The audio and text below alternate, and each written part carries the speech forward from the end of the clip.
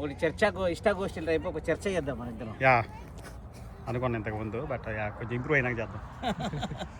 చేయొచ్చు ఇప్పుడు కూడా, ఏం కాదు. హూ కేర్స్,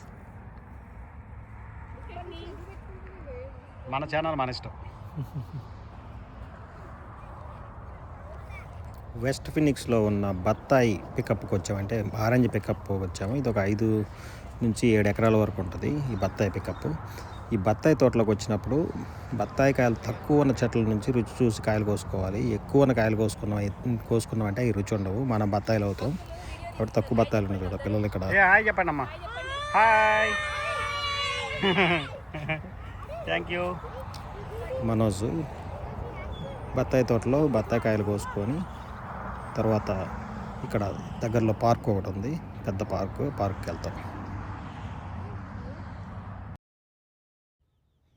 ఇది సర్ప్రైజ్ పార్కు, పెద్ద లేక్ ఉంటుంది. లేక్ చుట్టూరు చాలా పెద్ద పార్క్ ఉంటుంది, అంటే గ్రీనరీ ప్లస్ ప్లే ఏరియా. ఇంకా డిపెండ్స్ ఆన్ ఫెస్టివల్ని బట్టి అక్కడ డెకరేషన్స్ కూడా ఉంటాయి. చాలా బాగుంటుంది అన్నమాట. ప్లే ఏరియా కూడా చాలా పెద్ద ప్లే ఏరియా ఉంటుంది, కాబట్టి కిడ్స్ అందరూ అక్కడ ఆడుకుంటారు. చాలా రమడాస్ కూడా ఉంటాయి. ఫుడ్ తెచ్చుకొని ఇక్కడ తిని